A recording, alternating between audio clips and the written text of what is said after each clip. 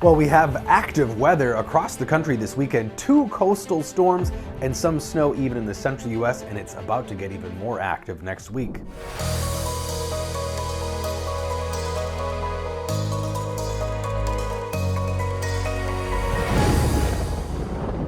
So we have this storm in the central U.S. that is creating rain and havoc already in the central and southern U.S., combining with another wave in the north. It's going to create some snow for places like Minnesota and Wisconsin that have been lacking it. But this is also going to become a big East Coast storm here, a winter storm that's going to bring a variety of precipitation.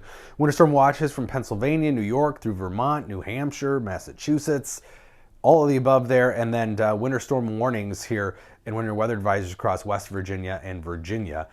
So this is a breakdown of precipitation by type. Rain along the coastal areas, heavy snow farther inland, potential for ice even in West Virginia and Virginia in particular, and also a mixture of some sleet and pellets. But that ice potential is a nasty one here in eastern West Virginia, western Virginia, far western North Carolina, in those higher elevation areas where cold air gets literally trapped in pockets in the higher elevations.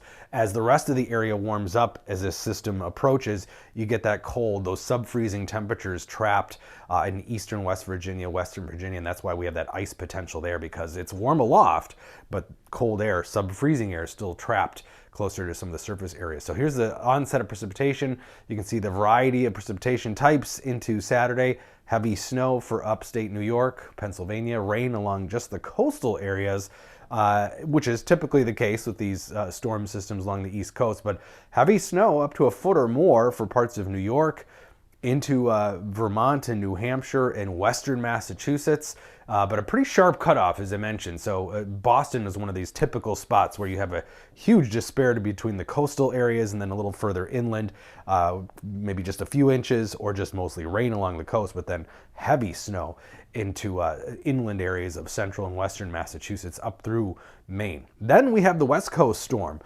winter and liquid forms of precipitation. We've got winter storm warnings in the Sierra Nevada, winter weather advisories and winter storm warnings in the mountains in the northwest.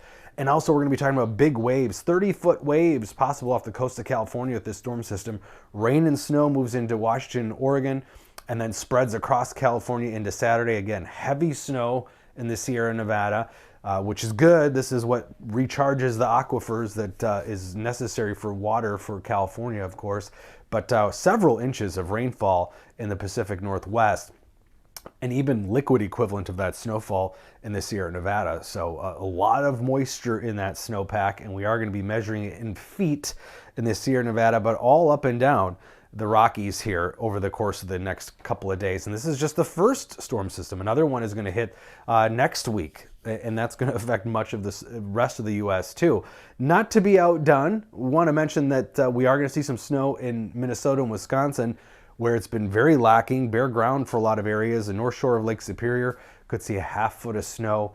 Again, areas that have been lacking any winter weather so far. But then we're talking about another storm system. This is Monday, and then another one lined up behind that. These all hit the coast and then move across the central U.S. All of this being triggered by finally the arrival of some cold air that'll help to produce these storms, but a very active pattern this weekend into next week. So buckle up.